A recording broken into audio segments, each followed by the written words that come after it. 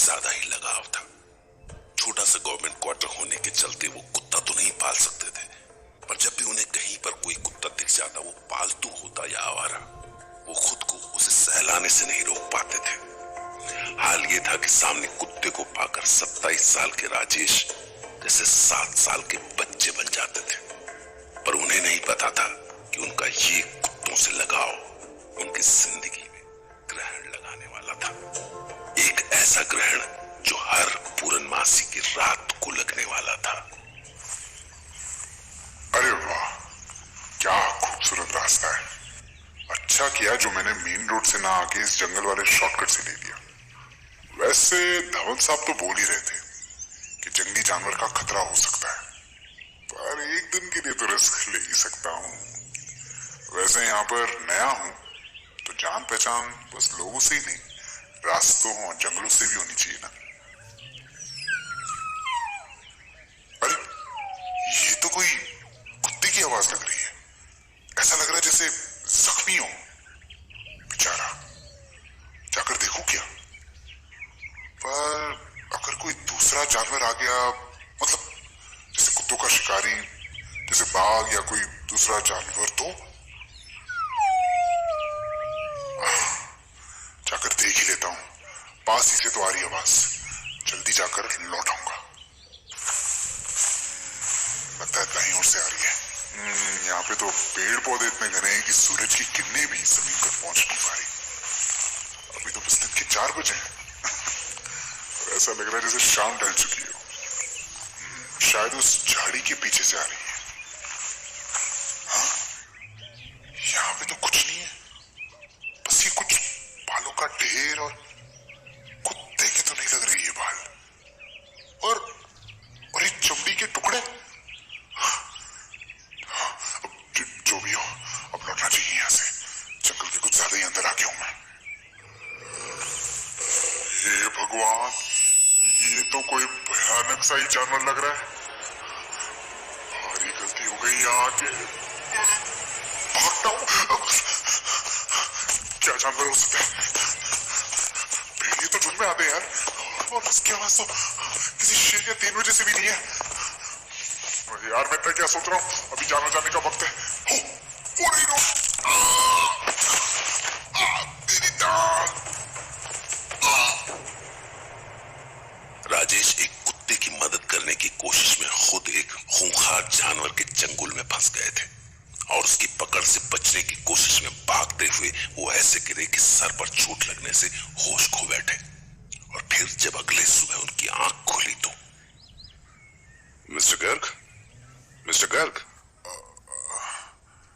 मैं कहाँ हूँ?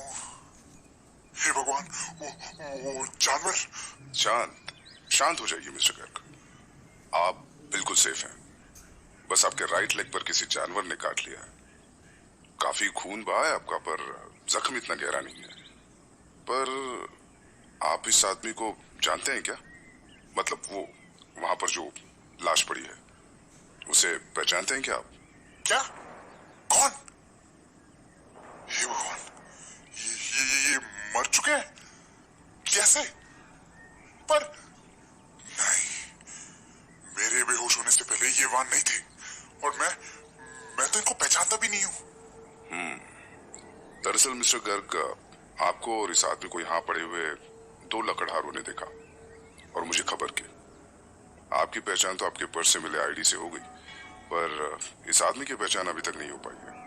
पर कमाल है कि इनके बदन पर कोई बाहरी चोट या काटने जैसा निशान नहीं है, बस कपड़े कुछ अजीब तरह से फटे हुए हैं। मुझे तो ऐसा लगता है कि ये जैसे किसी सदमे से मरे हो। हार्ट अटैक हो सकता है। सॉरी, मैं आपको इस मामले में कुछ ज्यादा जानकारी नहीं दे सकता। खैर कोई बात नहीं, पर आप यहाँ पर क्या करने आए थे? आपको तो पता होना चाहिए था कि ये जगह कुछ सेफ नहीं है। वो दरअसल मैं यहाँ नया हूँ, तो मैंने सोचा कि यहाँ की नजदीकी वादियाँ करीब से देखता हुआ घर जाऊं। और मैं मेन रोड से ही गुजर रहा था कि अचानक किसी जख्मी कुत्ते की सी आवाज सुन के रुक गया। मुझे लगा कि कोई बेबस कुत्ता बेचारा कहीं घायल पड़ा है। तो मैं उसे ढूंढने के लिए रोड से झाड़ियों की ओर चला गया। कमाल है, एक कुत्ते का हाल जानने के लिए आपने अपनी जान ऐसे खतरे में डाल दी।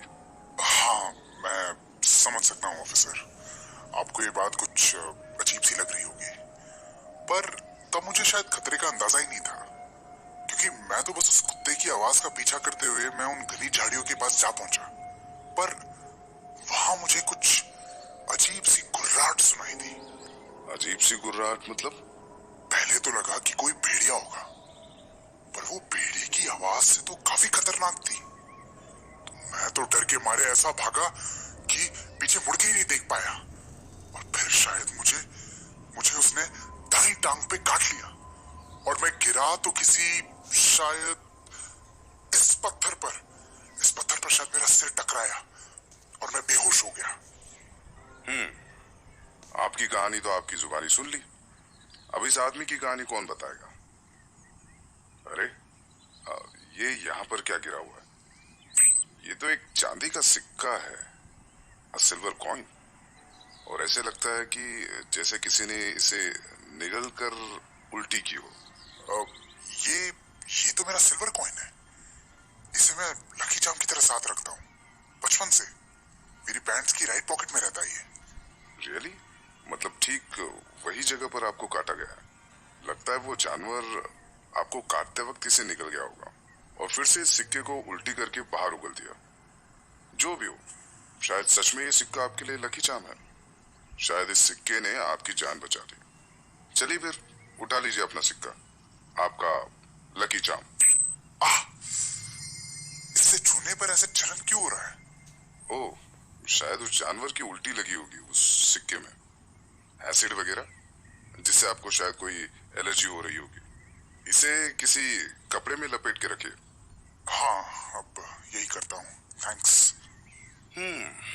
और इस आदमी की कहानी शायद कुछ ऐसी होगी। ये शायद जंगल में किसी वजह से आया होगा और उस जानवर को आप पर हमला करते हुए देखा होगा। शायद इसे दिल की बीमारी थी या शायद कमजोर दिल का था ये, तो उस हमले को देख के इतना घबरा गया कि इसका दिल जवाब दे गया। पर मुझे उस वक्त और कोई भी आदमी के यहाँ होने का अंदाजा नहीं हुआ था। शायद आपके बेहोश होने के ठीक बाद यहाँ आया हो ये। जो भी हो, ये बस मेरी एक थ्योरी है, जरूरी नहीं कि ऐसा ही हुआ हो। खैर, पहले आपको हॉस्पिटल पहुंचा देते हैं। बाकी इस आदमी की पूरी कुंडली जानने के लिए ये फॉरेंसिक टीम तो आ रही है। उस जानवर का भी पता लगाना होगा। वैसे इस वाड़ी के लोगों के मुंह से कई सारी कहानियां तो सुनने को मिलती है, पर मुझे नहीं लगता आपका हमलावर उन कहानियों में से कोई था, वरना आप अपनी कहानी बोलने के लिए जिंदा नहीं होते। जो भी हो, मेरी गलती की वजह से मैंने बेकार में आप सबको परेशान किया। आइंदा से मैं ऐसी बेवकूफी नहीं करूंगा। कोई बात नहीं मिस्टर गर्ग, लोगों को मुसीबत से बचाना ही तो हमारा काम है। पर हाँ, फिर कभी ऐसे जानबूझकर मुसीबत को बुलावा मत दीजिएगा। खैर, अभी तो टाउन में ये किस्सा हफ्ते भर तक सबकी जुबान पर होगा और फिर सब भूल जाएंगे हर बार की तरह। अब चलिए यहाँ से निकलते हैं। हाँ, रुकिए, मैं आपको सहारा देता हूँ।